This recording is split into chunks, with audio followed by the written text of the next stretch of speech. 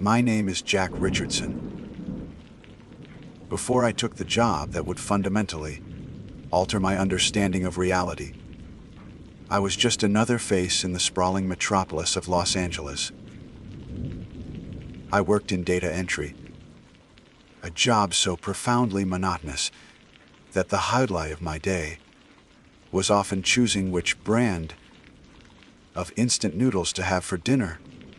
The city, once a beacon of dreams, had become a cage of concrete and noise, a relentless assault on the senses that left my soul feeling frayed and paper thin. My world was a cycle of traffic jams, crowded apartments, and the impersonal hum of 1,000 lives intersecting without ever truly connecting. The decision to leave was not a single, dramatic event, but rather a slow erosion of my spirit. The final push came after a particularly grueling week where my landlord announced increase that would have forced me into an even smaller, more depressing apartment.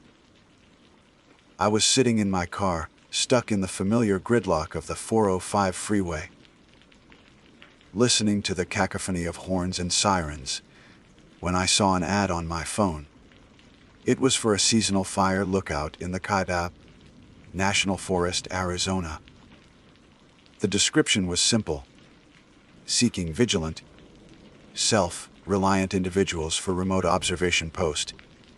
Must be comfortable with solitude. Solitude. The word resonated with me in a way I hadn't expected. It sounded less like a challenge and more like a cure. The pay wasn't great, but it was enough. More importantly, it was an escape. It was a chance to trade the artificial glow of the city for the raw, unfiltered light of the stars, to exchange the roar of traffic for the whisper of the wind through pine trees. I applied that night, driven by a desperate need for silence and space. To my surprise, I received a call a week later for a phone interview. The man on the other end, a gruff, voiced individual named Frank, didn't waste time with pleasantries. He asked about my experience with the outdoors, minimal, my ability to handle being alone, untested, but I lied with confidence, and whether I was running from the lost Sioux. Wasn't, but the question itself was unsettling. He seemed less interested in my qualifications and more in my mental fortitude. "This ain't a vacation, son," he'd rasped, his voice like gravel crunching under a truck tire. "It's a job. You're our eyes out there. You see smoke, you radio it in. That's it. But the out there is the part people don't get. It's big, it's empty, and it doesn't care about you." I assured him I understood. I didn't, not really, but I wanted the job badly enough to say whatever was necessary.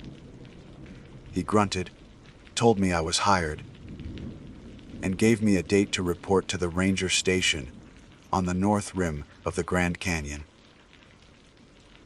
The drive out of LA felt like a baptism. With every mile I put between myself and the city, I felt a physical weight lifting from my shoulders.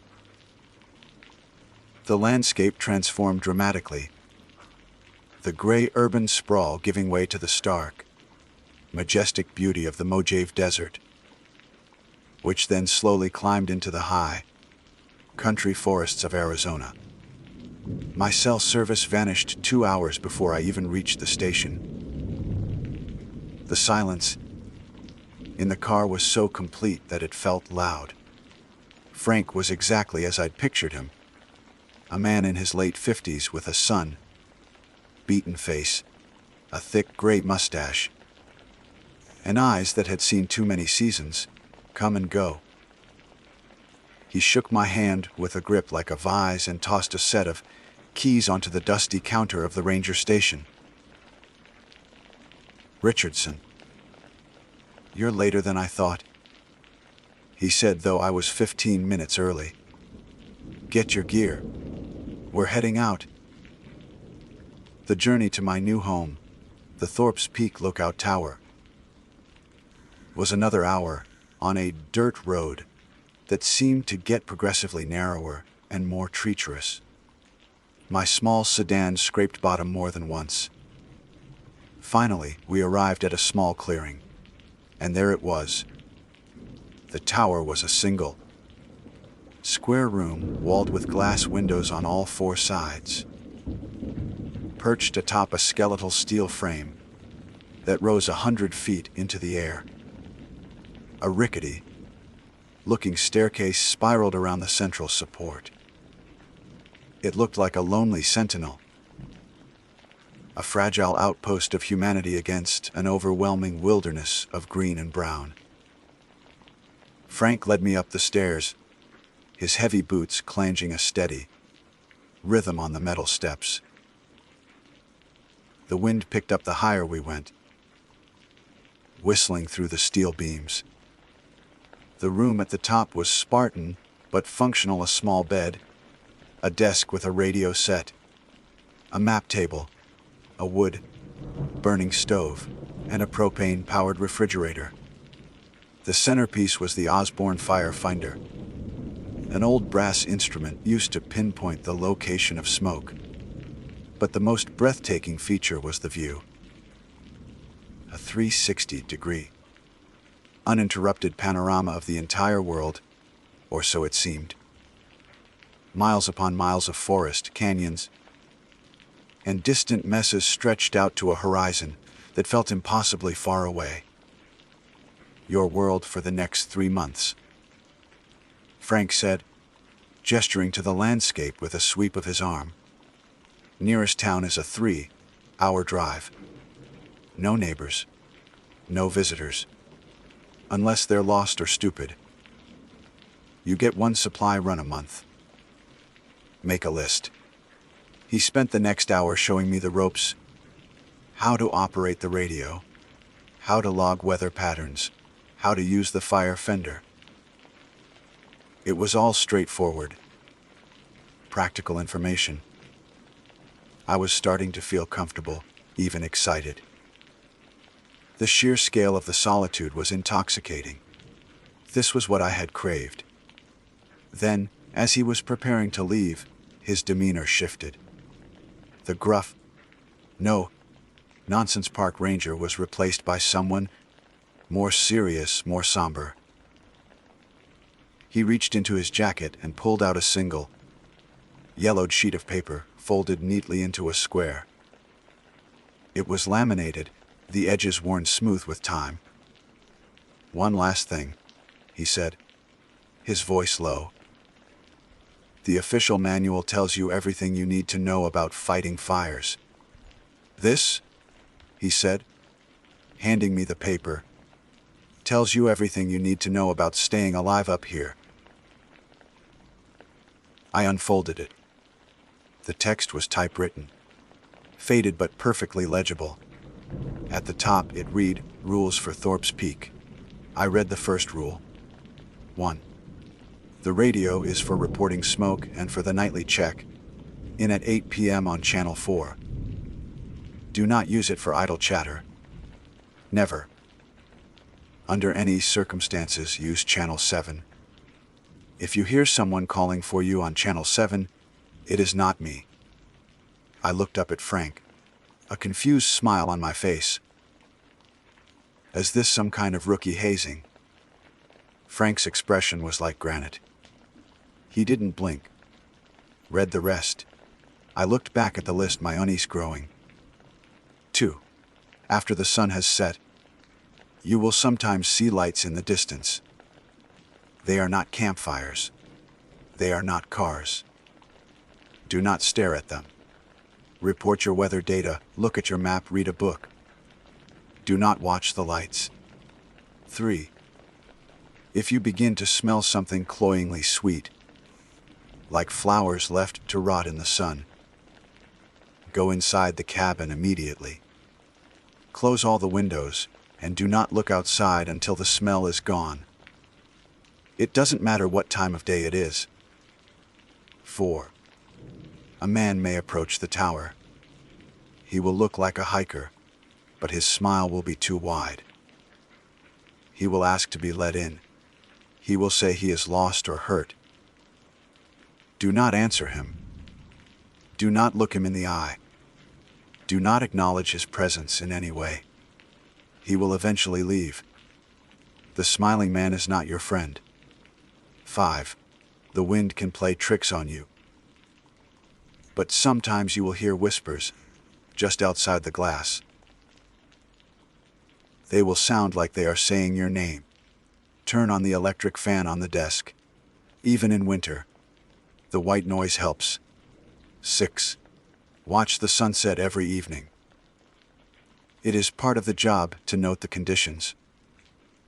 But if the sky turns a color that feels wrong, a shade of green or purple that is too deep, too vibrant, almost artificial, go to the corner of the room with no windows, the one by the stove, and face the wall.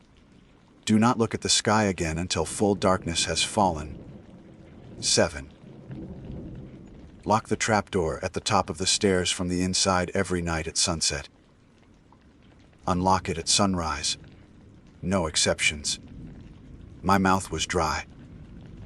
The words on the page felt cold, alien. This had to be a joke. An elaborate, cruel prank to scare the city boy. You can't be serious, Frank, I said, my voice a little shaky. He took a step closer, and for the first time, I saw a flicker of something in his eyes. It wasn't humor. It was a deep, wary sadness. I've been a ranger in this forest for 35 years. I've seen 3 people man this tower before you. The first one followed the rules, finished his season, and went home. The second one lasted 2 weeks before he called me, screaming, and I had to go get him. He never spoke another coherent word. The third one, we found his boots at the base of the tower. Just the boots. He tapped the laminated paper in my hand with a thick finger. This ain't a game, Richardson. I don't know what's out here. I don't want to know. My job is to keep the forest from burning down.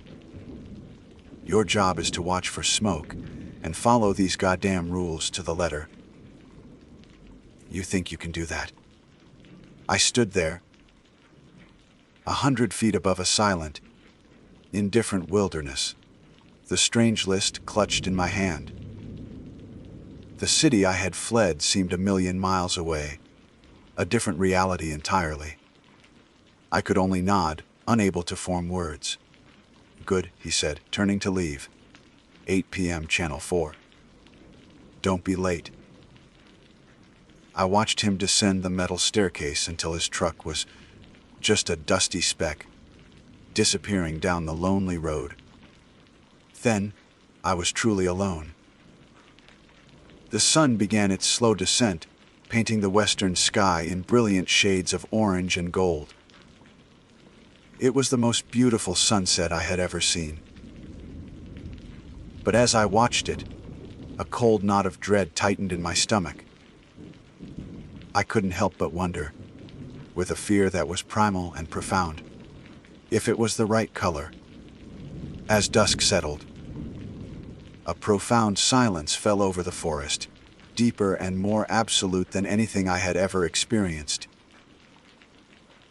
I locked the trapdoor, the click of the bolt echoing in the small cabin. I tried to read, but my eyes kept scanning the list of rules, my mind racing to rationalize them. The smiling man, lights that weren't lights. It was insane. I busied myself making dinner. The mundane task a welcome distraction. As I was eating my canned stew, it started. A faint scent on the wind. drifting through the small gap I'd left open in a window. It was sweet. Cloyingly, sickeningly sweet. Like flowers, left to rot in the sun. My first instinct was to rationalize. It had to be a dead animal nearby, a skunk, or some strange, night, blooming plant I wasn't familiar with. But my body reacted before my mind could fully form the excuse. A cold, primal fear, utterly disconnected from logic, seized me. The words of the third rule echoed in my head, not as a suggestion, but as a frantic life or death command. Go inside the cabin immediately. Close all the windows, and do not look outside until the smell is gone. My heart hammered against my ribs as I lunged for the window I'd left cracked open. My fingers fumbled with the latch, the metal cold against my sweaty skin. The smell was stronger now, thick and invasive, coating the back of my throat. It was a vile perfume of decay and sweetness, a botanical horror story. I slammed the window shut and locked it, my breath coming in ragged gasps. I then scrambled around the small cabin, checking the other windows, ensuring each one was sealed tight, creating a fragile glass barrier between me and the unseen source of that sickening aroma. The temptation to look was immense, a magnetic pull that felt almost physical. My mind screamed with the need to know. What could possibly produce such a scent? Was it some kind of luminous, fungal growth? A predator I couldn't imagine. The rational part of me, the part that still clung to the world of data entry and traffic jams, insisted that a quick glance would solve the mystery and ease my fears. But Frank's grim face floated in my memory. His words about the man who was found screaming and the one who vanished leaving only his boots behind.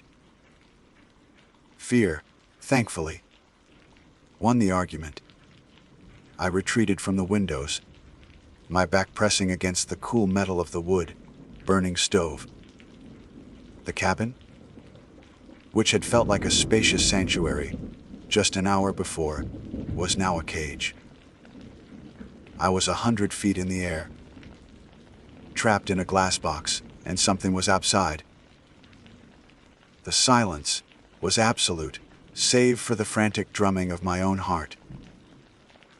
The smell didn't vanish. It seemed to seep through the very walls of the tower, a persistent, ghostly presence. I squeezed my eyes shut, trying to block it out. But it was inside my head now. A scent that conjured images of beautiful things. Rullies, gardenias, rotting from the inside out. I don't know how long I stayed like that, huddled in the corner. Time seemed to warp and stretch. Every creak of the tower in the wind was a footstep on the stairs. Every rustle of leaves in the forest below was something moving, something approaching. I was a bundle of raw, exposed nerves. I tried to read the book I'd brought, a thick paperback novel, but the words swam before my eyes, meaningless black squiggles on a white page. My gaze kept drifting back to the laminated list of rules lying on the desk, its yellowed paper glowing faintly in the lamplight. Then, as gradually as it had arrived, the smell began to fade. It didn't disappear all at once, but thinned out like smoke dissipating on the wind, until all I could smell was the clean, pine, scented air of the forest and the faint metallic tang of the stove. I waited another 10 minutes, my body coiled like a spring, before I dared to move. I crept to the nearest window and cautiously cracked it open. half expecting the putrid scent to rush back in. But there was nothing. Just the cool, crisp night air. The relief was so profound it almost brought me to my knees. I leaned my forehead against the cold glass, my body trembling with the aftermath of adrenaline. But the relief was short-lived, replaced by a new, colder, and more permanent dread. It wasn't a prank. It wasn't my imagination. It wasn't a dead skunk. The first test had come, and I had passed only by blindly, following a cryptic instruction from a man I barely knew.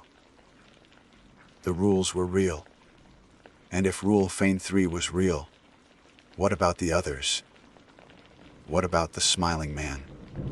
Sleep was out of the question that night. I left the lamp on, the small cabin a tiny beacon light in an ocean of darkness. I lay on the cot, fully clothed, my eyes wide open, staring at the ceiling. The comforting solitude I had so desperately craved had curdled into a terrifying, profound isolation. I was the only human being for miles, a fact that now seemed not liberating, but incredibly dangerous. The wind, which had earlier sounded like a whisper, now seemed to carry voices. Faint, indistinct murmurs just at the edge of hearing. Jack. I shot upright, my blood turning to ice. Was that my name? I held my breath, straining to listen. There it was again, a sibilant hiss that seemed to slither right through the glass. Richardson. It was Rule Fein 5. Sometimes you will hear whispers. They will sound like they are saying your name. My eyes darted to the small electric fan on the desk. Turn on the electric fan. The white noise helps. With shaking hands, I reached over and flipped the switch. The fan whirred to life, its monotonous hum filling the cabin, drowning out the whispers of the wind. It was a flimsy defense, but it was something. I spent the rest of the night with the fan, blowing its cool, artificial breeze over me. The list of rules clutched in my hand like a holy relic. The next week was a trial by fire, a forced acclimation to a new and terrifying reality. To keep from going mad, I imposed a rigid routine upon myself. I would wake with the first light of dawn, my body stiff from a night of restless sleep. I'd unlock the trapdoor.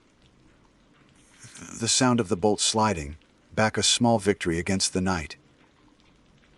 I'd make coffee, the simple ritual a comfort. Then I would begin my work, scanning the endless sea of trees with my binoculars. My eyes peeled for the slightest wisp of smoke. I would log the weather conditions, wind speed, temperature, humidity. My handwriting tight and precise in the logbook. The daylight hours were my sanctuary.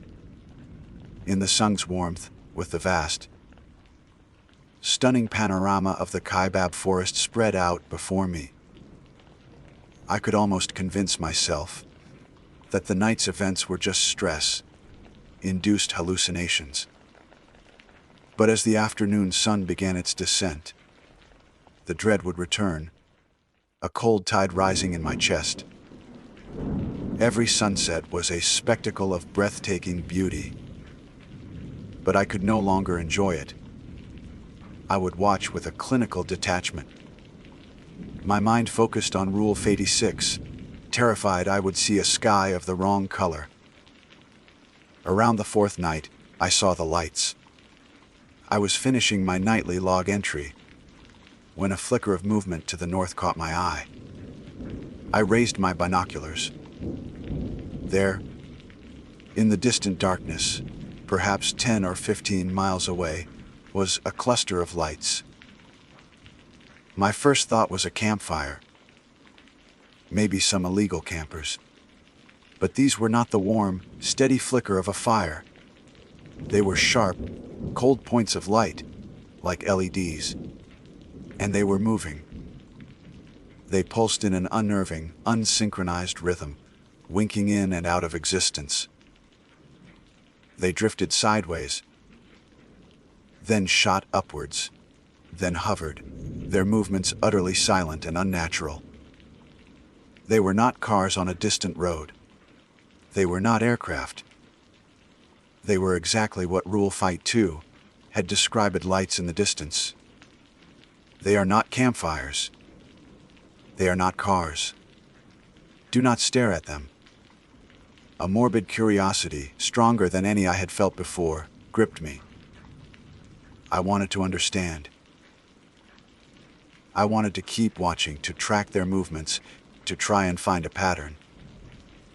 But Frank's warning was a physical barrier in my mind. I lowered the binoculars, my heart pounding. My hands were trembling so badly, I could barely hold my pen. I forced myself to turn away from the northern windows. Report your weather data, look at your map, read a book. Do not watch the lights. I spread the large topographical map of the forest on the table, pretending to study it, but my mind was a blank.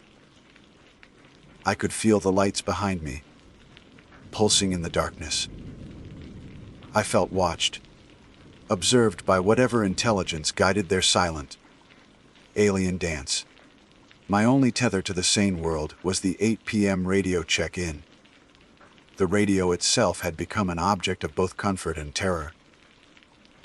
At precisely 800 p.m., I would switch it to Channel 4, my hand unsteady. Thorpe's Peak to Ranger Station, I'd say, my voice sounding small and thin in the quiet cabin. The reply would come a moment later, buried in static. Go ahead, Thorpe's. It was Frank's voice, gruff and blessedly normal. I'll clear at Thorpe's Peak. Weather is... I'd read the data from my logbook. Copy that, Thorpe's. Stay safe out there. Ranger Station out. That was it. The entire exchange lasted less than 30 seconds.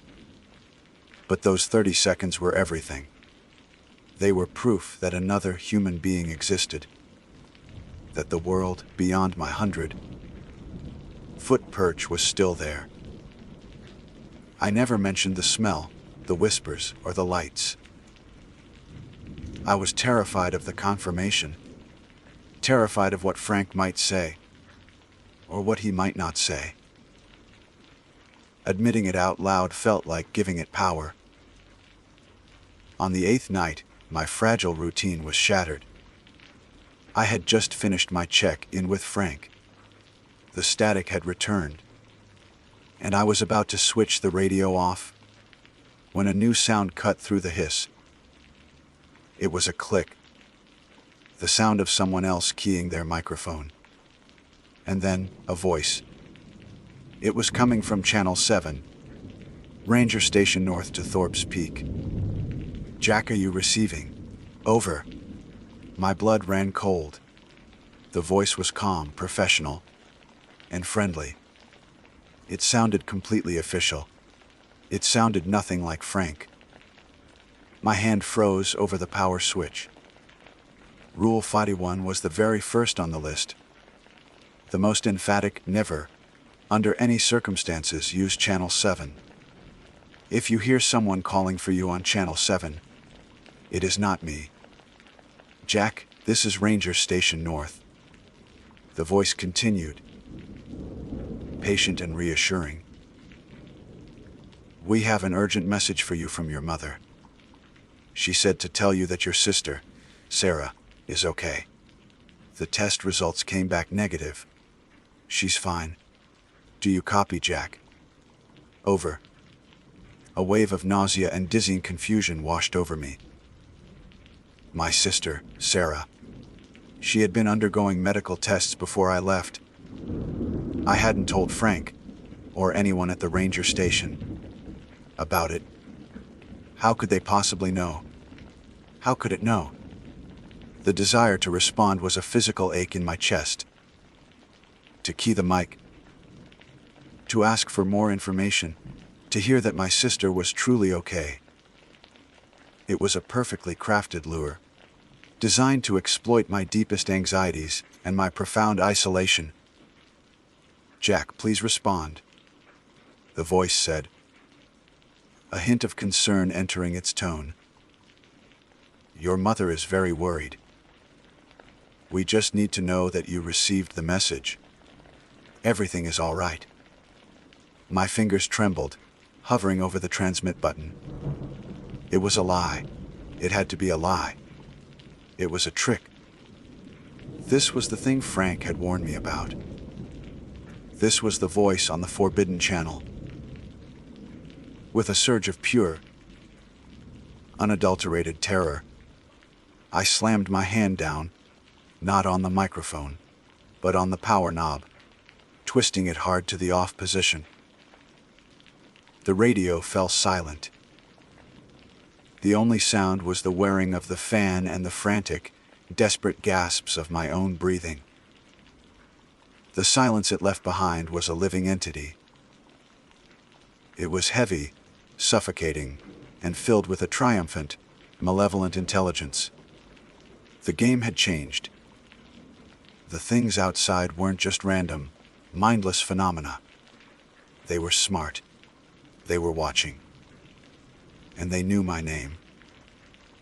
The silence that followed the radio incident was a physical entity. It pressed in on me from all sides, heavy and judgmental. The whirring of the fan was no longer a comfort. It was a frantic, pathetic attempt to deny the truth. The things in this forest weren't just strange phenomena. They were intelligent, manipulative, and deeply, personally cruel. They knew my sister's name. They knew my fears. The tower was no longer a fortress. It was a glass cage on a stick, and I was the specimen being observed. For the next 2 weeks, I lived in a state of heightened, nerve-shredding paranoia. Sleep was a luxury I couldn't afford, snatched in brief, nightmare-filled increments of an hour or two. I ate, but the food tasted like ash in my mouth. My days were spent performing my duties with a robotic, joyless precision. I scanned the horizon for smoke, my eyes burning from lack of sleep and constant strain. I logged the weather data, my hand shaking so much the numbers were barely legible. The vast, beautiful wilderness that had once promised me peace now felt like a prison yard, and I was constantly watching for the other inmates. I stopped trusting my own senses. Every shadow seemed to move. Every gust of wind carried a phantom whisper. I saw the strange, silent lights in the distance almost every night, but I no longer felt curiosity, only a wary, familiar dread. I disciplined myself to ignore them, turning my back to the windows and forcing myself to read the same page of my book over and over without absorbing a single word. The nightly check-in with Frank on Channel 4 became my only lifeline, a 30-second anchor to a reality I was beginning to doubt even existed. I never told him what happened. How could I? Frank, the ghost on the radio, knows my family's secrets. He'd have me pulled out for a psychiatric evaluation before I could finish the sentence. I was becoming a ghost myself, a pale, haunted figure rattling around a glass box in the sky. I lost weight. My reflection in the dark windows at night showed a stranger with hollow eyes and a gaunt face. My isolation was complete.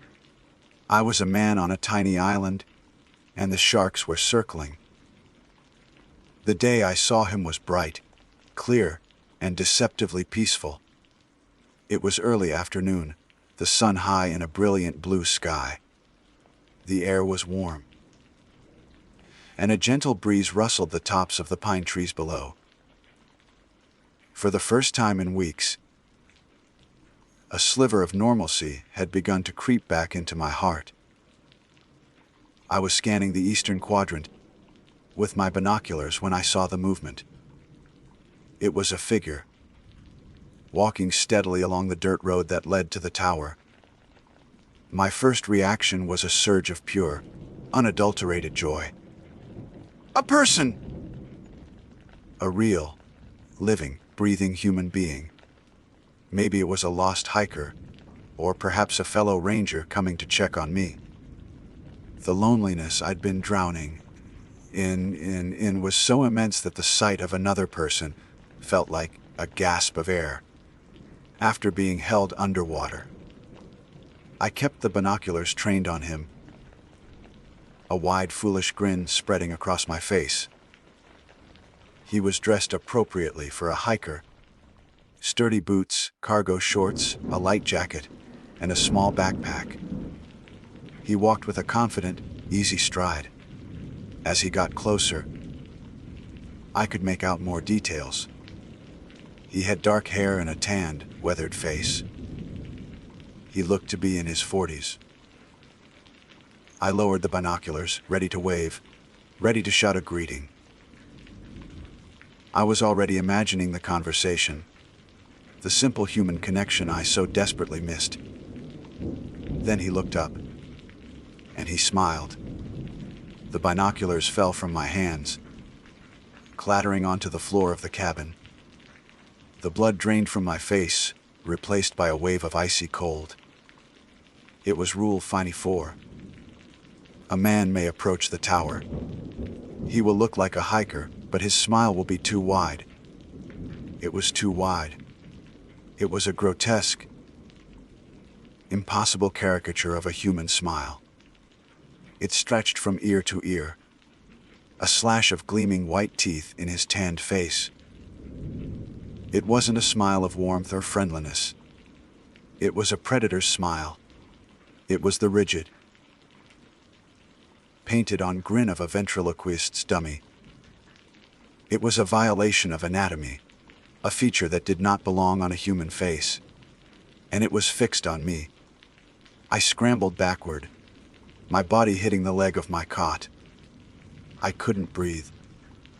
My mind was a screaming chaos of denial and terror. It's not him. It can't be him. It's just a guy with a weird smile. But I knew. In the deepest, most primal part of my soul, I knew. This was the smiling man. He never broke his stride. He continued up the road until he was standing directly at the base of the tower. I was frozen, a statue of fear, watching him from my 100-foot perch. He craned his neck back, that horrific, unnatural smile still plastered on his face, and his eyes, dark, empty voids, locked onto mine. Do not look him in the eye.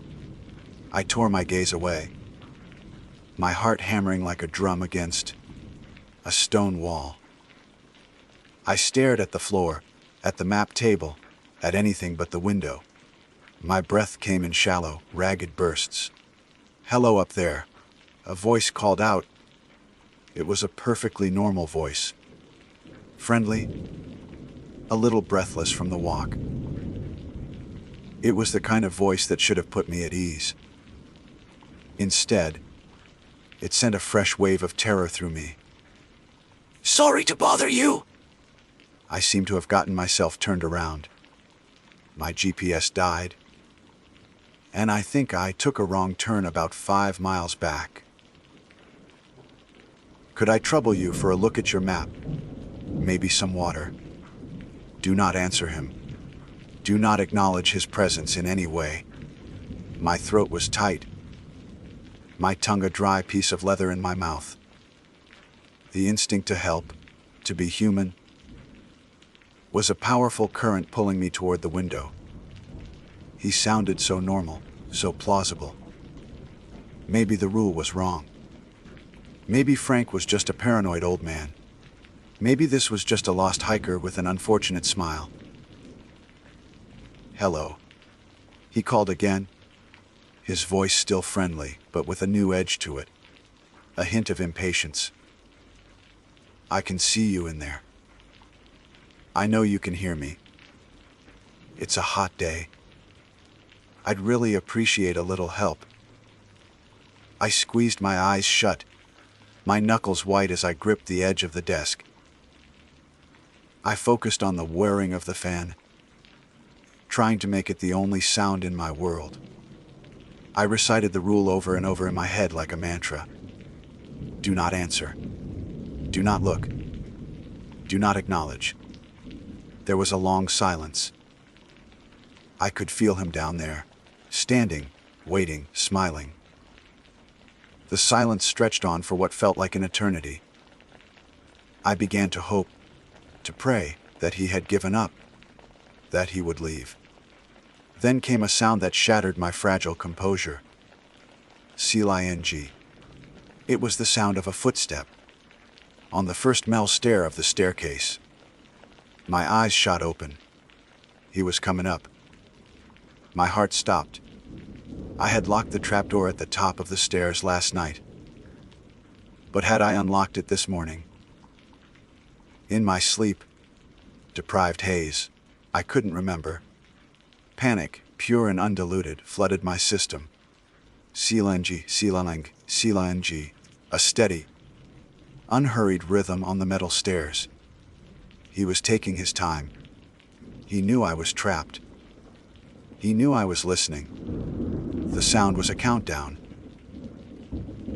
"I don't want to be a bother." His voice called out, closer now, maybe a third of the way up. The friendly tone was gone, replaced by something thin and reedy, something mocking. But it's not very neighborly to ignore someone in need. We're all alone out here, aren't we? We should stick together. Cling. He was halfway. I scrambled to the trapdoor, my hands shaking so violently I could barely see. I looked at the bolt. It was slid shut, locked. A wave of relief so intense it made me dizzy washed over me. He couldn't get in. Cling. He was nearing the top. I backed away from the trapdoor, pressing myself into the far corner of the cabin, making myself as small as possible. The footsteps stopped. He was right outside, standing on the narrow metal platform, just below the trapdoor. The silence returned. But now it was charged with an unbearable tension. I held my breath, listening. What would he do? Would he try to break the lock? Then a new sound. A soft, gentle tapping on the underside of the trapdoor. Tap, tap. "Let me in, Jack," a voice whispered. It wasn't the friendly hiker's voice anymore.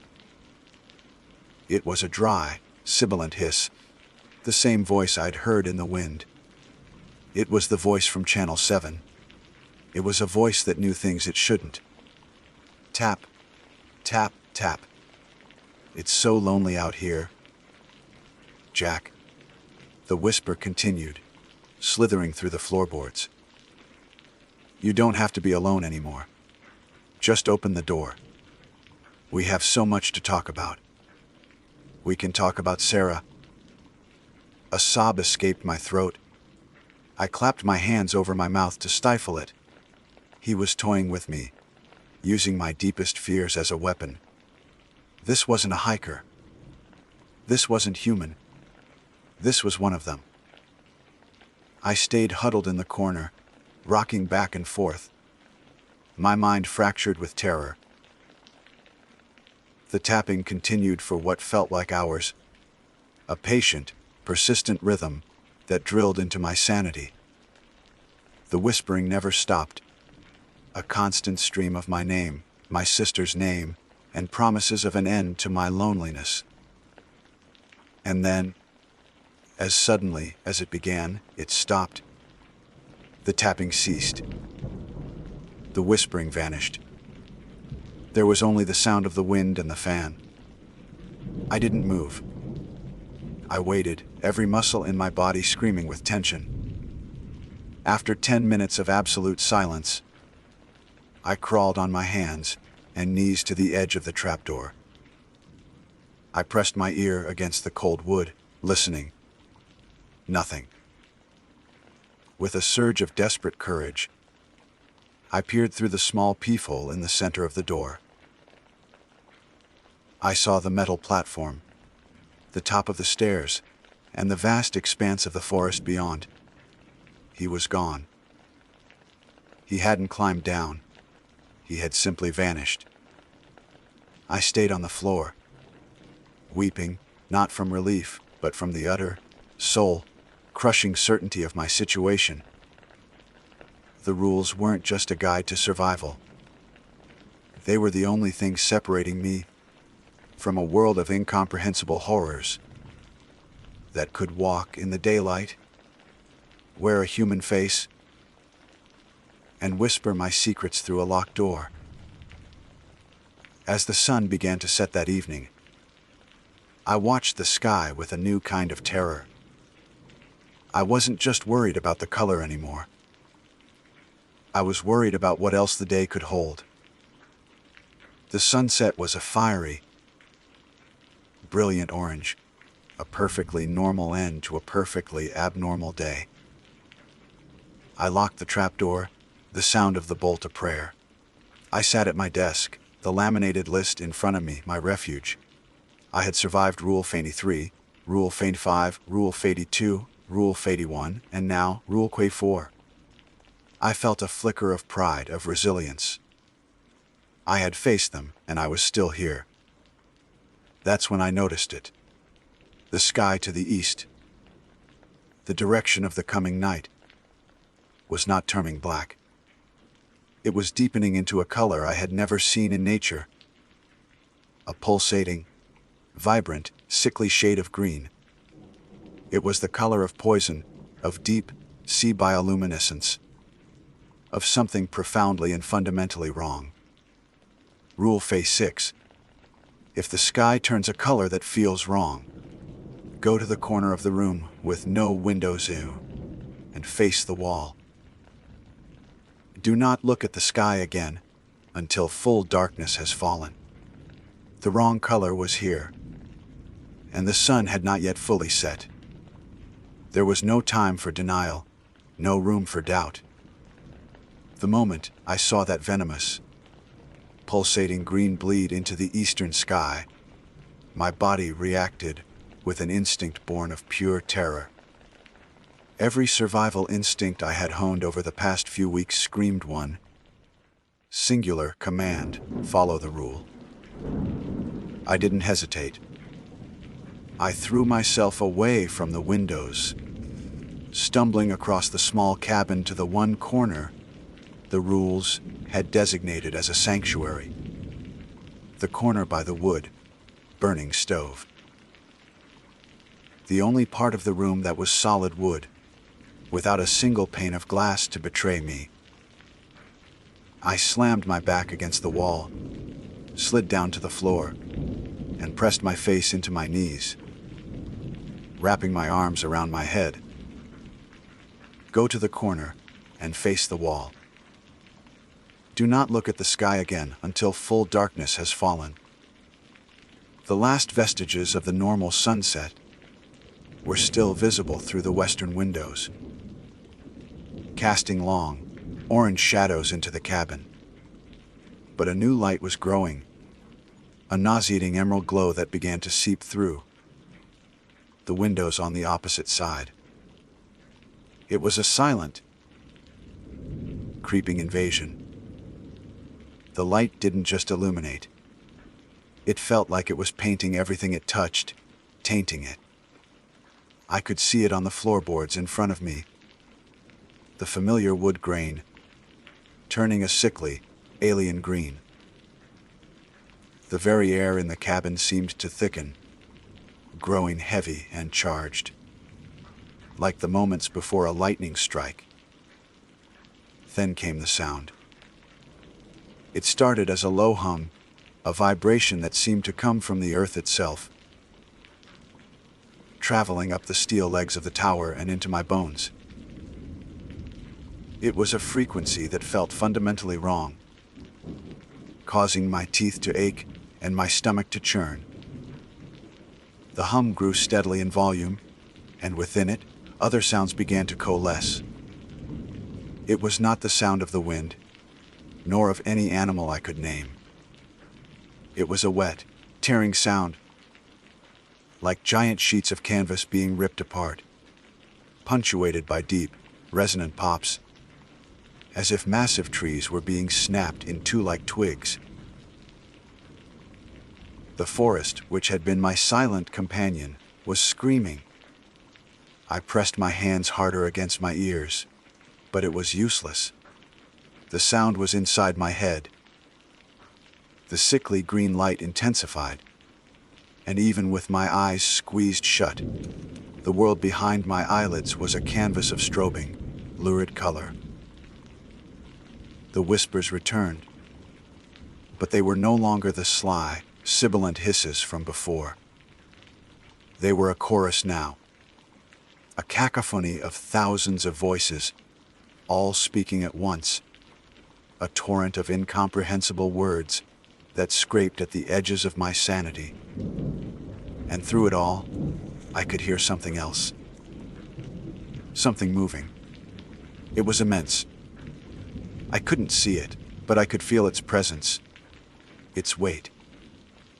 The tower, which had stood firm against winds and storms, began to sway.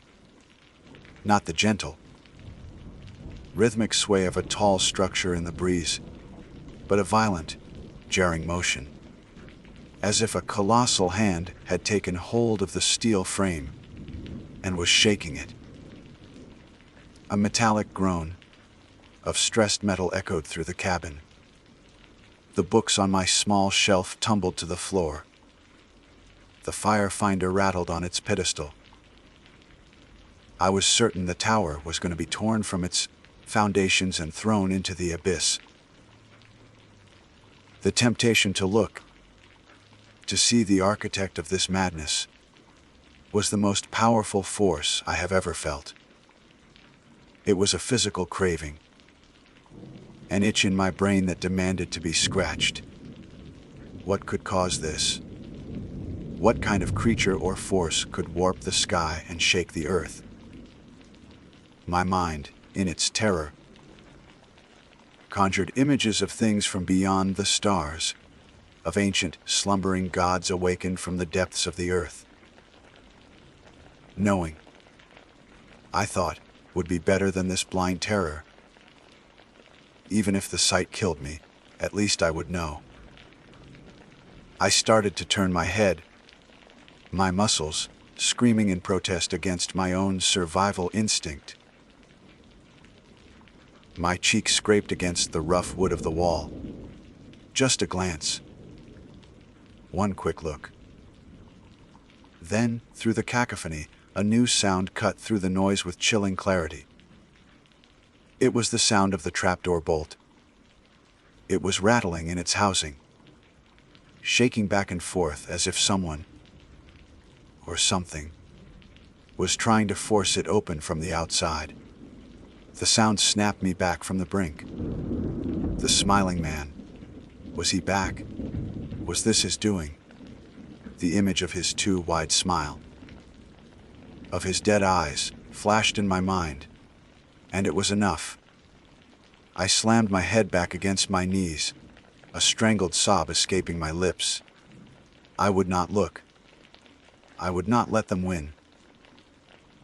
I stayed there, a trembling ball of fear in the corner, as the world outside was unmade and remade. Time ceased to have meaning.